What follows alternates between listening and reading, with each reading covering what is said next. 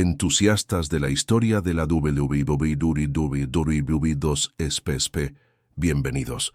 Nuestra meta de 600 suscriptores está casi cumplida y necesitamos ese último clic. Suscríbanse ahora para acelerar la evolución del canal. Además, la votación para el próximo tema polémico está abierta. Dejen su sugerencia en los comentarios. Eso es todo. Sin más preámbulos, el tema de hoy. ¿Cómo Vasily Zaitsev, el fantasma blanco de Stalingrado, realizó tiros mortales a más de 800 metros en los campos de hielo? Empecemos. En 1942, el aire sobre Stalingrado no solo llevaba el frío brutal del invierno ruso, sino también el pesado presagio de un destino sangriento. El suelo, una vasta extensión de nieve virgen y hielo implacable, temblaba bajo el peso de miles de botas, el chirrido metálico de los tanques Panzer y el rugido amenazante de los vehículos blindados. Era un temblor que no venía de la tierra, sino de una ambición desenfrenada, una máquina de guerra que se creía invencible. El Reich, en su apogeo de poder y arrogancia, avanzaba. Sus generales, sus soldados, todos imbuidos de una confianza ciega, creían que la victoria estaba al alcance de sus manos. Stalingrado, la ciudad que llevaba el nombre del líder soviético, sería solo un hito más en su marcha triunfal hacia el este. El optimismo alemán era palpable, casi un olor en el aire, mezclado con el diésel y el metal frío de las armas. La Blitzkrieg, la guerra relámpago, había barrido Europa, aplastado naciones, y ahora se dirigía al corazón de la Unión Soviética. Los comandos eran claros, las órdenes implacables. Stalingrado era el objetivo final, la llave a los pozos petrolíferos del Cáucaso, el golpe mortal a la columna vertebral enemiga. Nadie imaginaba que aquella ciudad, un enredo de fábricas, casas de madera y calles congeladas a orillas del Volga, se transformaría en una trituradora de carne, un abismo de desesperación. El clima, en aquel otoño que se precipitaba hacia un invierno sin precedentes, ya daba señales. Vientos cortantes barrían las estepas, levantando copos de nieve que azotaban los rostros de los soldados.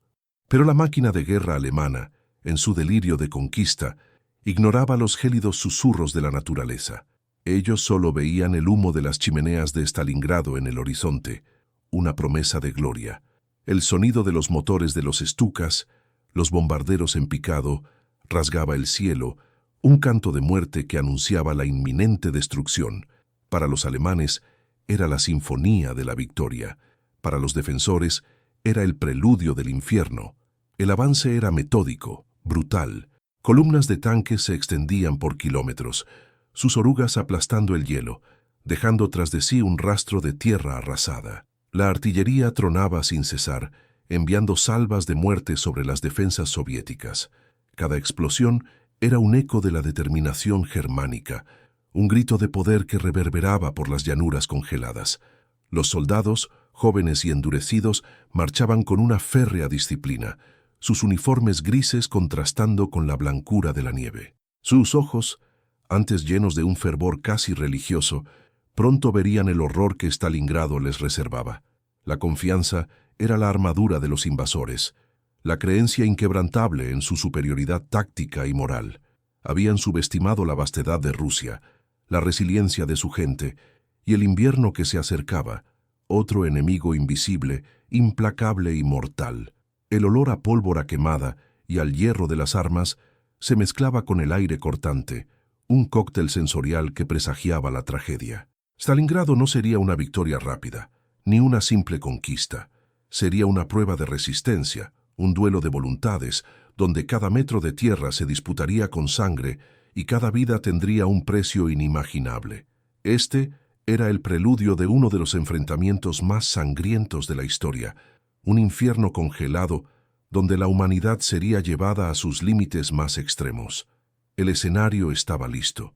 Los actores, millones de hombres y mujeres, estaban en sus posiciones. La cortina de la tragedia se alzaba sobre la ciudad del Volga. Suscríbanse ahora y únanse a nuestra legión de historiadores para revivir el pasado, desvelar los misterios y comprender cómo un hombre, en medio de este caos, se convertiría en una leyenda. El fantasma blanco de Stalingrado.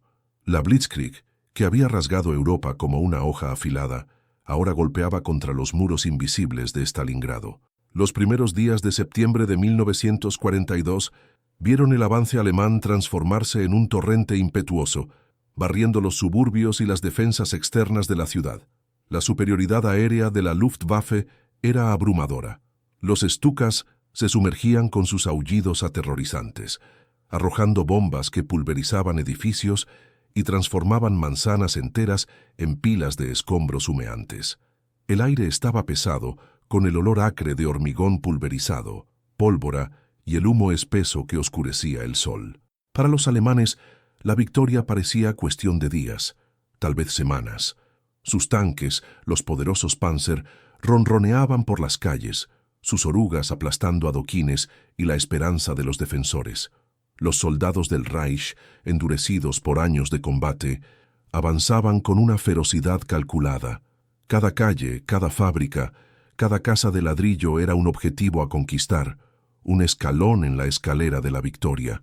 La confianza era una droga, inyectada en sus venas por la propaganda y las conquistas anteriores. Veían Stalingrado no como una ciudad, sino como un obstáculo final, un símbolo del comunismo a ser aniquilado. Los gritos de Heil Hitler resonaban en medio del ruido ensordecedor de la batalla, un coro de fanatismo y determinación. El humo de las explosiones se mezclaba con el sudor y el miedo, pero la orden era clara: avanzar, aplastar, conquistar. Pero Stalingrado no era París ni Varsovia. Con cada metro conquistado, el costo aumentaba. El avance antes rápido comenzó a ralentizarse, transformándose en una molienda cruel. El punto de inflexión no provino de un único evento, sino de una confluencia de factores, una trampa que se cerraba lentamente. En primer lugar, la resistencia soviética. No era la retirada desordenada que los alemanes esperaban, era una defensa desesperada, fanática, luchando por cada ruina, cada ladrillo. El general Vasily Chuikov, comandante del 62, o ejército, había emitido la orden: ni un paso atrás. Y sus hombres, muchos de ellos civiles recién alistados, armados con pocas balas y granadas, la siguieron con una tenacidad brutal. La ciudad comenzó a respirar. Cada edificio en ruinas, cada pila de escombros, se convirtió en una fortificación. La lucha se transformó en combate urbano, cuerpo a cuerpo, donde la superioridad mecánica alemana era anulada. Los tanques, que antes barrían las llanuras, ahora eran blancos fáciles en las calles estrechas, emboscados por equipos de infantería con cócteles Molotov y minas antitanque. El sonido metálico de las orugas era ahora un presagio de peligro, no de victoria.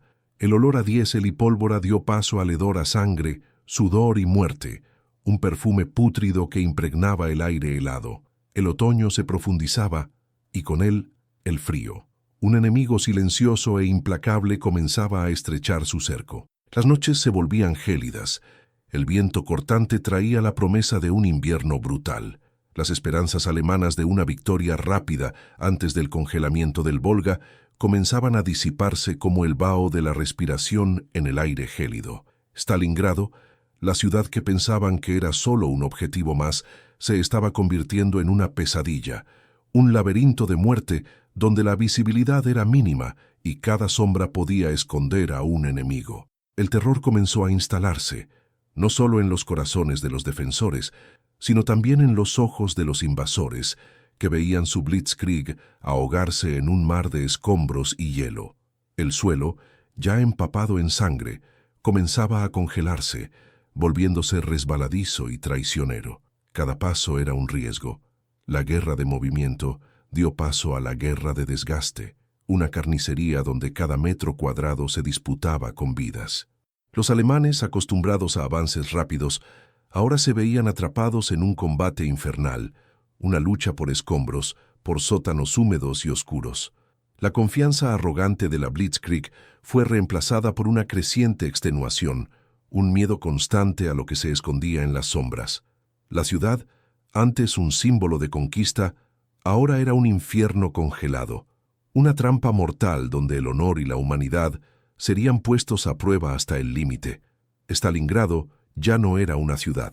Era un mausoleo en ruinas, un laberinto de entrañas expuestas, donde cada ladrillo y cada pila de escombros escondía una amenaza mortal. El avance alemán, antes un rodillo compresor imparable, ahora se arrastraba por un infierno de hormigón y metal retorcido. La Blitzkrieg había muerto en las calles estrechas, sofocada por el humo espeso y la desesperación de los defensores. La guerra de ratas, Rattenkrieg, había comenzado, un combate brutal casa por casa, por sótanos oscuros y túneles subterráneos, donde la luz del día era un lujo y la muerte una compañera constante. Para los soldados alemanes, la euforia de la conquista dio paso a una extenuación corrosiva. El enemigo ya no era una masa distante a ser bombardeada desde el cielo o atropellada por tanques. Acechaba en cada sombra, en cada ventana rota, con una tenacidad que desafiaba la lógica militar. El sonido de un disparo aislado podía significar el fin, una bala que rasgaba el aire helado y encontraba su objetivo con precisión letal. Los francotiradores soviéticos, fantasmas invisibles, transformaron el simple cruce de una calle en una ruleta rusa. El miedo se infiltraba silencioso, más frío que el viento que silbaba por las ruinas. El olor a pólvora quemada y hierro oxidado se mezclaba con el olor dulzón y nauseabundo de cuerpos en descomposición bajo los escombros, un recordatorio constante de la fragilidad de la vida. Del otro lado, la resistencia soviética luchaba con una ferocidad nacida de la desesperación y la convicción. Para ellos, Stalingrado era más que una ciudad, era el símbolo de la patria, la línea final de defensa. Soldados, muchos de ellos jóvenes e inexpertos, pero endurecidos por la visión de la destrucción y la muerte, se transformaron en lobos hambrientos, defendiendo cada metro con su propia vida. El 62º ejército, bajo Chuikov, no tenía a dónde retroceder, con el Volga congelado a sus espaldas. Sus ojos reflejaban no solo el terror, sino una determinación pétrea, la promesa de que se llevarían consigo al mayor número posible de invasores. La fábrica de tractores, el silo de granos, la casa de Pavlov, nombres que se convertirían en leyendas de resistencia, eran escenarios de batallas épicas, donde cada piso, cada sala, cada máquina se transformaba en una barricada. El ruido era ensordecedor, el chasquido seco de los fusiles, el rasgar metálico de las ametralladoras, el sordo estampido de las granadas explotando en espacios confinados. Gritos de dolor y órdenes ahogadas resonaban entre las paredes perforadas. Los soldados se enfrentaban en combates cuerpo a cuerpo, bayonetas contra bayonetas, cuchillos contra puños, en una lucha primitiva por la supervivencia, donde la proximidad del enemigo era tan íntima como el propio miedo. Los civiles, atrapados en el infierno urbano, vivían una existencia subterránea en sótanos húmedos y fríos, escuchando el rugido de la guerra por encima de sus cabezas. Mujeres y niños, ojos dilatados por el terror, compartían la escasez de agua y comida con los soldados. Sus susurros eran rezos, sus miedos palpables. Muchos morían no por balas, sino por hambre, frío y enfermedades. Sus vidas, antes pacíficas, habían sido pulverizadas, reducidas a una lucha diaria por un trozo de pan, por un soplo de aire limpio, por un momento de silencio antes de la próxima explosión. La destrucción era total. Los edificios se desintegraban en nubes de polvo y escombros, revelando esqueletos de hormigón y hierro retorcido. El invierno apretaba su abrazo gélido. La nieve que caía ya no era pura. Se mezclaba con el hollín, la sangre y el barro, transformando el paisaje en un sudario grisáceo y macabro. El frío penetraba los huesos, congelando heridas, entorpeciendo mentes. Las armas fallaban, los motores tosían, y los dedos de los soldados, tanto alemanes como soviéticos, se entumecían en los gatillos. Stalingrado era un monstruo hambriento, y su hambre era insaciable, devorando hombres, esperanzas y la propia noción de humanidad. El monstruo de Stalingrado apretaba su abrazo gélido. La ciudad, antes un objetivo, ahora era una trampa, un laberinto donde cada esquina prometía la muerte. El aislamiento era la nueva realidad, una niebla fría que envolvía a los soldados alemanes. Sus líneas de suministro, ya estiradas al límite por las vastas estepas rusas, comenzaban a fallar. El invierno, que tanto subestimaron, se revelaba un enemigo más implacable que cualquier ejército. Los convoyes, antes repletos de munición y provisiones, llegaban cada vez más vacíos, o ni siquiera llegaban, interceptados por los guerrilleros soviéticos o engullidos por la nieve y el hielo. El hambre y el frío, antes meras incomodidades, se convertían en tortura diaria. Para los civiles, la vida subterránea en los sótanos húmedos y oscuros era un infierno particular. Las familias, acurrucadas en medio de la inmundicia y el olor a moho y muerte, veían la esperanza menguar cada día. La escasez de agua potable era crítica. La nieve derretida era la única fuente, a menudo contaminada. Las enfermedades se propagaban rápidamente en medio de las condiciones insalubres, cegando vidas de niños y ancianos sin piedad. El sonido constante de la batalla arriba, el trueno de la artillería y el chasquido de las ametralladoras, era la banda sonora de una pesadilla sin fin, un recordatorio constante de que en cualquier momento el techo podría derrumbarse, o una bala perdida podría encontrar su camino. Dentro de las ruinas, la resistencia soviética luchaba por cada centímetro. El Volga, que hasta entonces había servido como una arteria vital para suministros y refuerzos, comenzó a congelarse, transformándose en un puente traicionero, pero también en una barrera que amenazaba el rescate. La desesperanza, sin embargo, daba paso a una tenacidad brutal. Entre los defensores surgían figuras que se convertirían en leyendas, como Vasily Zaitsev, el fantasma blanco. Un francotirador de élite con una puntería legendaria, Zaitsev y sus camaradas transformaron las ruinas de Stalingrado en su propio campo de caza.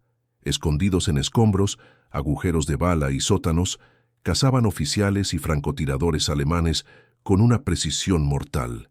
El miedo, antes dirigido solo a los tanques y bombarderos, ahora se volvía hacia las sombras. Un brillo de sol en un tejado roto, un movimiento sutil en una ventana distante. Podía ser lo último que un soldado alemán vería. Zaitsev realizaba tiros mortales a más de 800 metros, en campos de hielo, su presencia un susurro gélido que se extendía por las trincheras enemigas. La guerra de desgaste se transformaba en una guerra psicológica, donde cada muerte por francotirador minaba la moral y aumentaba la paranoia. El ánimo alemán comenzaba a colapsar, no solo por el hambre y el frío, sino por la sensación de ser cazados en un laberinto sin salida. Las ejecuciones sumarias se volvieron más comunes, tanto por desesperación como por disciplina brutal. Los desertores eran castigados sin clemencia, una sombría advertencia de lo que sucedería a aquellos que se atrevieran a flaquear. El olor a carne quemada de incendios descontrolados se mezclaba con el olor metálico de la sangre y el aliento pútrido de los cuerpos en descomposición congelados en la nieve. El paisaje era un mosaico de destrucción. Tanques volcados, edificios pulverizados, calles irreconocibles. Cada día, el número de heridos y enfermos aumentaba exponencialmente, sobrecargando los hospitales de campaña, donde la amputación sin anestesia era una realidad común. La escasez de munición, especialmente para las armas pesadas alemanas, forzaba una economía draconiana. Cada disparo contaba. Los soldados, antes confiados, ahora tenían los ojos hundidos, la piel pálida y agrietada por el frío, sus uniformes sucios y rasgados. La esperanza de una victoria rápida se había evaporado, sustituida por la lucha por la supervivencia, día tras día, hora tras hora. Stalingrado era un purgatorio, donde la línea entre el agresor y el agredido se volvía cada vez más tenue en la desesperada lucha por la vida. El cerco se cerraba, no solo alrededor de la ciudad, sino alrededor de la propia alma de los hombres. El cerco, antes una amenaza distante, se había transformado en una realidad brutal e innegable. El 19 de noviembre de 1942, la Operación Urano fue desencadenada. El rugido de miles de cañones soviéticos rasgó la quietud gélida de las estepas al norte y al sur de Stalingrado, un trueno que anunciaba el inicio del fin. No era un ataque frontal contra la ciudad fortificada, sino un golpe quirúrgico, una maniobra de pinza destinada a envolver completamente al orgulloso 6. Ejército alemán. Las fuerzas rumanas, flanqueando a los alemanes, fueron aplastadas en pocas horas, sus gritos de pánico ahogados por el avance imparable de los tanques T-34. El olor a pólvora y metal retorcido se mezclaba con el aire helado, presagiando la catástrofe. En solo 4 días, lo inimaginable sucedió. El 23 de noviembre, las puntas de lanza soviéticas se encontraron en Kalach, al oeste de Stalingrado. El abrazo helado estaba completo. Cerca de 300.000 hombres del eje, alemanes, rumanos, italianos y húngaros, estaban atrapados, acorralados en una bolsa gigantesca. El Kessel, caldero, con el Volga congelado a sus espaldas y el enemigo por todos lados. La noticia se extendió como un escalofrío mortal por las trincheras alemanas. El shock fue devastador. La confianza arrogante se desintegró, sustituida por una desesperación gélida. El rugido de los motores soviéticos, antes distante, ahora parecía venir de todas direcciones, un canto de victoria que coreaba el fin. Dentro del caldero, la vida se transformó en una lucha diaria contra el tiempo, el frío y el hambre. El invierno ruso, antes un presagio, ahora era un verdugo implacable. Las temperaturas caían a baba 30 Cirkext, 40 Cirkext, congelando la sangre en las venas, transformando la carne expuesta en hielo quebradizo. Los uniformes de verano no eran rival para el frío polar. Los soldados, antes vigorosos, sucumbían a la hipotermia, sus cuerpos rígidos y azules apilados como leña en fosas improvisadas. El olor a muerte era omnipresente, mezclándose con el vaho de la respiración y el hedor a gangrena en las enfermerías improvisadas. Las raciones fueron drásticamente recortadas. El pan, antes abundante, se convirtió en un lujo raro, sustituido por porciones diminutas de carne de caballo, cuando la había. Los soldados alemanes, antes bien alimentados, adelgazaban visiblemente, sus rostros hundidos, los ojos vacíos de esperanza. El hambre roía las entrañas y la sed, agravada por el aire seco y helado, era constante. La munición se agotaba. El combustible para los tanques y vehículos era un sueño lejano. La poderosa Luftwaffe, prometiendo un puente aéreo de suministros, falló miserablemente. Los pocos aviones de transporte que lograban burlar el bloqueo soviético traían migajas, insuficientes para mantener al ejército vivo. Cada aterrizaje era una carrera desesperada, una pelea salvaje por un trozo de pan, por una caja de balas. Hitler, en su búnker distante, se negaba a permitir una retirada. El 6. El ejército permanecerá en Stalingrado. Era la orden irreductible, resonando como una sentencia de muerte. Creía que la ciudad era un punto estratégico vital, un símbolo que no podía ser abandonado, pero su terquedad sellaba el destino de cientos de miles de hombres. La esperanza de un contraataque externo, de una fuerza de socorro que rompiera el cerco, era la última línea de defensa contra la desesperación total.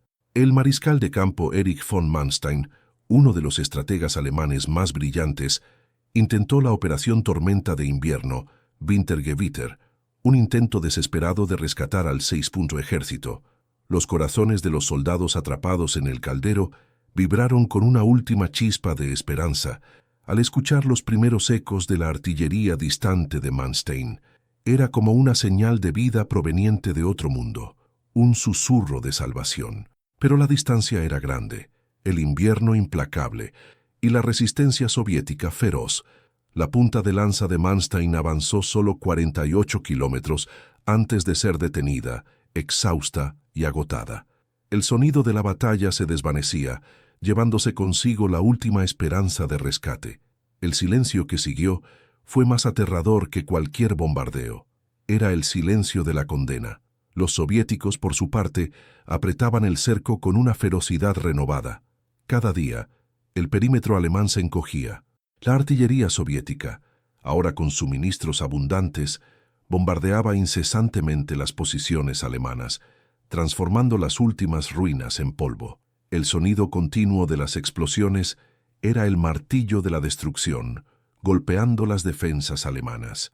Los ataques de infantería, antes repelidos con dificultad, ahora encontraban soldados hambrientos, congelados y con la moral destrozada. La rendición, antes impensable para el orgulloso ejército alemán, comenzaba a convertirse en un susurro, una tentación sombría en medio del infierno. El costo humano era inimaginable. El caldero de Stalingrado era ahora una tumba a cielo abierto, y a cada hora más almas se unían al frío abrazo de la muerte. El caldero de Stalingrado, ahora una tumba a cielo abierto, hervía con la desesperación de cientos de miles de hombres. La esperanza de un rescate se había desvanecido como el humo en el aire gélido, dejando tras de sí solo la certeza de la condena. El mariscal de campo, Friedrich Paulus, comandante del 6º Ejército, estaba atrapado entre la lealtad a Hitler y la brutal realidad en el terreno. Sus órdenes eran claras. No hay rendición, pero cada día la capacidad de cumplir esa orden disminuía. La línea de mando se desintegraba. La disciplina se escurría como arena entre los dedos congelados. La moral antes inquebrantable se desmoronaba bajo el peso del hambre, el frío y la muerte incesante. Dentro del perímetro encogido, el infierno se profundizaba. Los pocos hospitales de campaña, improvisados en sótanos húmedos y oscuros, eran escenas de horror indescriptible. Cientos de heridos y enfermos, muchos con gangrena y congelación severa, yacían en catres improvisados, gimiendo de dolor. Los cirujanos, con suministros mínimos y sin anestesia, realizaban amputaciones a la luz de las velas, el olor a carne quemada y sangre mezclándose con el hedor a infección. Las pilas de cuerpos crecían, incapaces de ser enterrados en la tierra congelada, un testimonio macabro de la carnicería.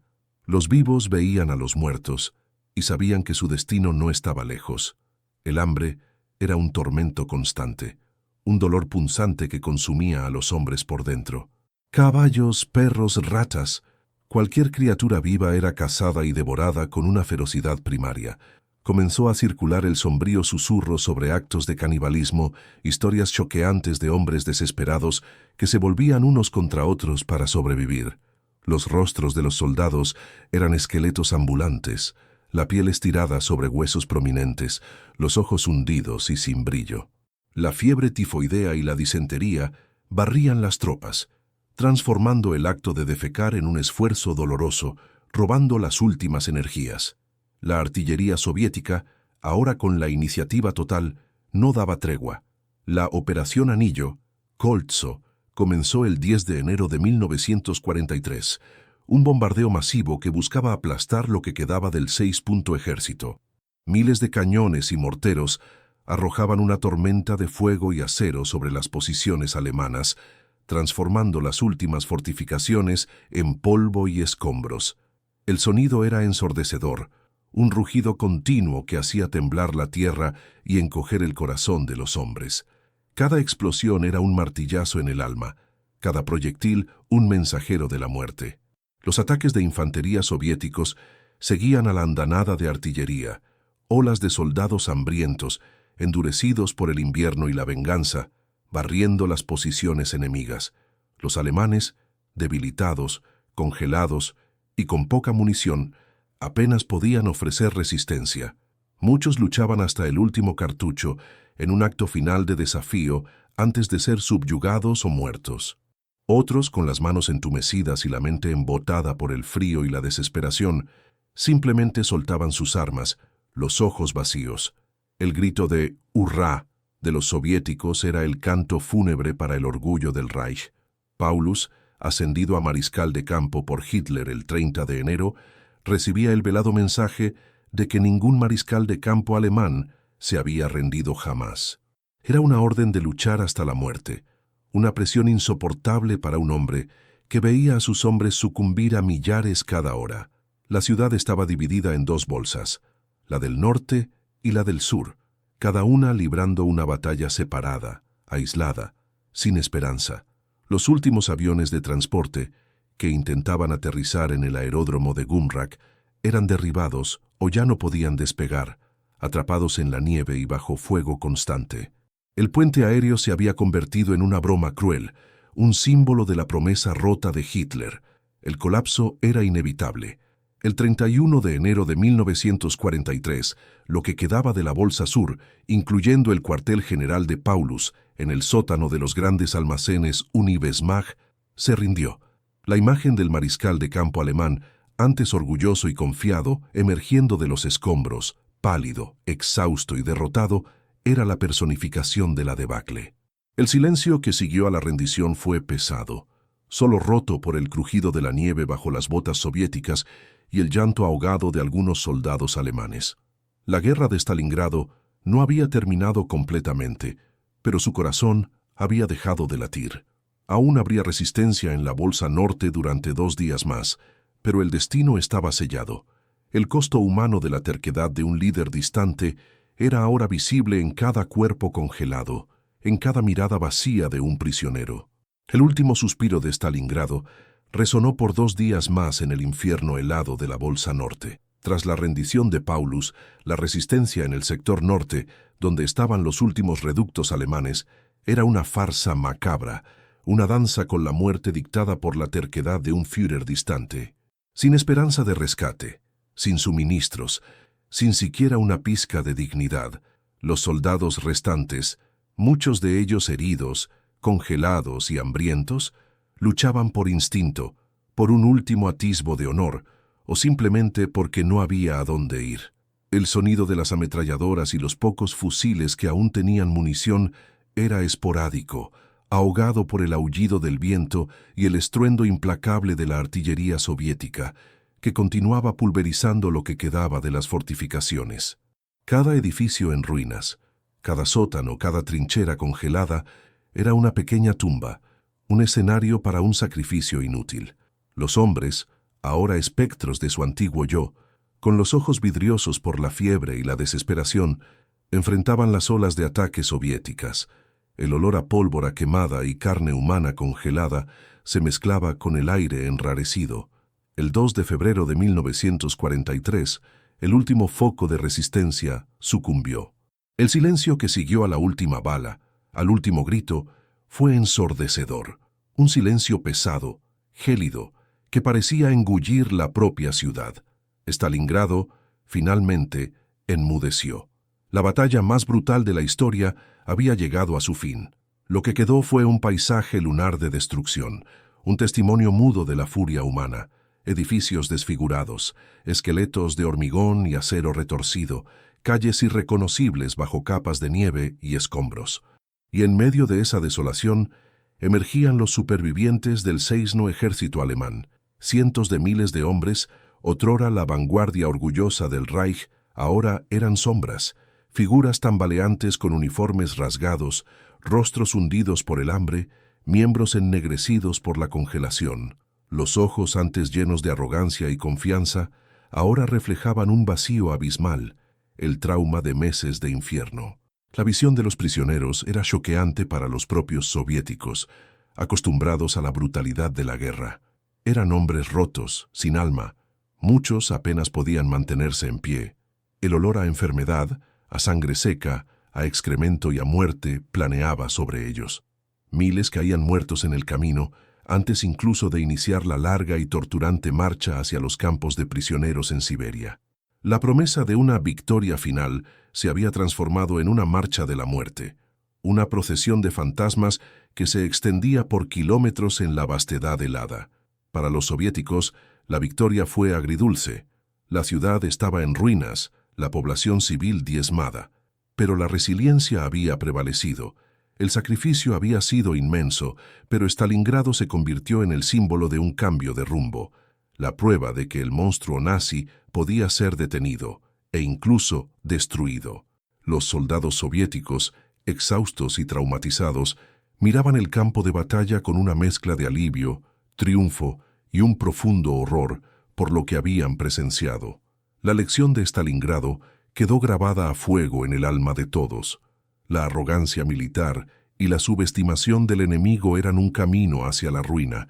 La valentía, la tenacidad y la brutalidad de la guerra habían redefinido lo que significaba ser humano, para bien y para mal. El costo humano era incalculable, una deuda que la historia jamás conseguiría pagar. La ciudad, ahora un cementerio, se convertiría en un faro para las generaciones futuras, un recordatorio eterno de la oscuridad que los hombres son capaces de crear y de la luz que pueden encontrar en la más profunda desesperanza. La ciudad, que una vez fue vibrante, yacía en escombros, un cementerio de hormigón y acero retorcido. Pero en medio de ese paisaje de muerte, la vida latía obstinadamente, una llama que el invierno y la guerra no pudieron apagar. Para los soviéticos, la victoria en Stalingrado no fue solo estratégica, fue una victoria del alma, una prueba de la resiliencia indomable de un pueblo. Los civiles, que habían soportado meses de bombardeos, hambre y frío, comenzaron a emerger de los sótanos y refugios, sus rostros marcados por el trauma, pero sus ojos, ahora, portaban una nueva chispa, la esperanza. La tarea de reconstruir sería monumental, una cicatriz visible en la tierra, pero la memoria del sacrificio sería el cimiento. Y en ese infierno de hormigón y acero nacieron leyendas. Hombres comunes se convirtieron en titanes. Vasily Zaitsev, el joven pastor de los Urales, se transformó en el fantasma blanco de Stalingrado. Su nombre, susurrado con reverencia por los soviéticos y con terror por los alemanes, era sinónimo de precisión letal y coraje implacable. Zaitsev, un maestro del camuflaje y la paciencia, acechaba en las ruinas una figura casi mística en el paisaje desolado. Sus disparos, precisos y mortales, alcanzaban objetivos a más de 800 metros, en medio del caos, del frío paralizante y del humo de las explosiones. No era solo un francotirador, era la personificación de la resistencia soviética, un símbolo de que, incluso en la más profunda oscuridad, la esperanza podía encontrar un blanco. Con cada disparo certero, con cada oficial alemán o francotirador enemigo abatido, Zaitsev alimentaba la moral de sus camaradas y desmoralizaba al enemigo. La guerra psicológica era tan importante como la balística. Los alemanes enviaron a sus propios francotiradores de élite para cazarlo, pero el fantasma blanco era escurridizo, un espectro en las ruinas. Su duelo épico contra el mayor Erwin König, el legendario francotirador jefe de la escuela de francotiradores de la Wehrmacht, se convirtió en una saga dentro de la propia batalla, un enfrentamiento de voluntades y habilidades que capturó la imaginación de todos. König, que vino a eliminar la amenaza, se convirtió en la presa en un juego mortal del gato y el ratón, un enfrentamiento silencioso y brutal entre dos maestros de la muerte. La leyenda dice que Zaitsev prevaleció, un tiro quirúrgico que selló el destino de su adversario y elevó su propia mística a alturas épicas. La leyenda de Zaitsev y de tantos otros héroes anónimos cimentó la idea de que Stalingrado no fue solo una batalla, sino un punto de inflexión en el alma humana. La resiliencia de los defensores, la tenacidad de los civiles que se negaban a abandonar sus hogares, la capacidad de soportar el sufrimiento más extremo, todo eso redefinió lo que era posible. Los supervivientes soviéticos y alemanes llevarían para siempre las cicatrices de aquel infierno. Para los alemanes sería el recuerdo amargo de la arrogancia militar, de la subestimación de un enemigo que se negaba a caer. Para los soviéticos sería la prueba de que la valentía y la unión podían superar la más brutal de las adversidades. La ciudad, una tumba para cientos de miles, se transformó en un símbolo eterno de sacrificio y de un triunfo que resonaría a través de las décadas. El impacto psicológico de la victoria fue inmenso, infundiendo una nueva determinación en toda la Unión Soviética y un miedo gélido en el corazón del Reich. Stalingrado fue la advertencia. El avance nazi había encontrado su límite y el infierno congelado se había convertido en su tumba. La reverberación de Stalingrado, sin embargo, trascendió las ruinas y las pilas de cuerpos. La ciudad, un cementerio para cientos de miles, se transformó en un faro, un recordatorio imborrable de la oscuridad que los hombres son capaces de crear y de la luz que pueden encontrar en la más profunda desesperanza. Para la Unión Soviética fue más que una victoria militar, fue una reafirmación del alma, la prueba de que la resiliencia humana, la valentía y la unión podían superar la más brutal de las adversidades. Para el mundo, Stalingrado resonó como un grito de alerta, una advertencia brutal contra la arrogancia militar y la subestimación del espíritu de un pueblo. Los supervivientes, prisioneros y civiles traumatizados emergieron de Stalingrado con cicatrices que la guerra jamás borraría. La lección fue cruel, grabada a fuego en la memoria colectiva. La arrogancia militar y la subestimación del enemigo llevan a la ruina. Fue un punto de inflexión, no solo estratégico, sino moral, mostrando la resiliencia inquebrantable del espíritu humano y el costo inimaginable de las decisiones estratégicas dictadas por el orgullo. Vasily Zaitsev, el fantasma blanco, se convirtió en más que un francotirador. Su nombre fue susurrado por generaciones como un símbolo eterno de resistencia individual y colectiva, una leyenda que personificaba la tenacidad soviética. Hoy los memoriales en Stalingrado, ahora Volgogrado, se yerguen imponentes contra el cielo, testigos silenciosos del sacrificio. Libros, películas e incontables relatos orales mantienen viva la memoria de aquel infierno helado.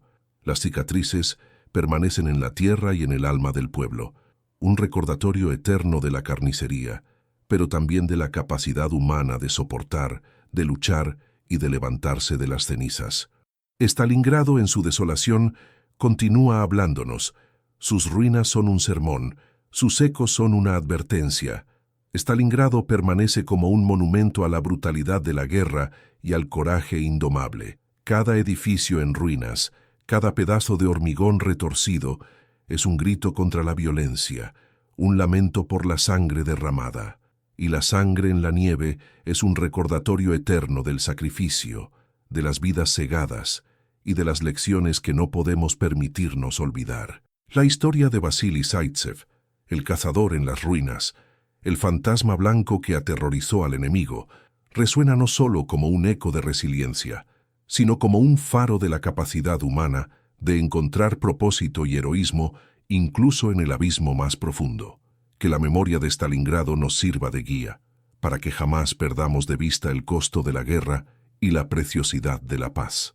Denle like, compartan y suscríbanse para más historias épicas de la historia. ¿Qué batalla quieren ver a continuación? Dejen su comentario y únanse a nuestra travesía por el pasado, desvelando los secretos y las lecciones de los mayores conflictos de la humanidad.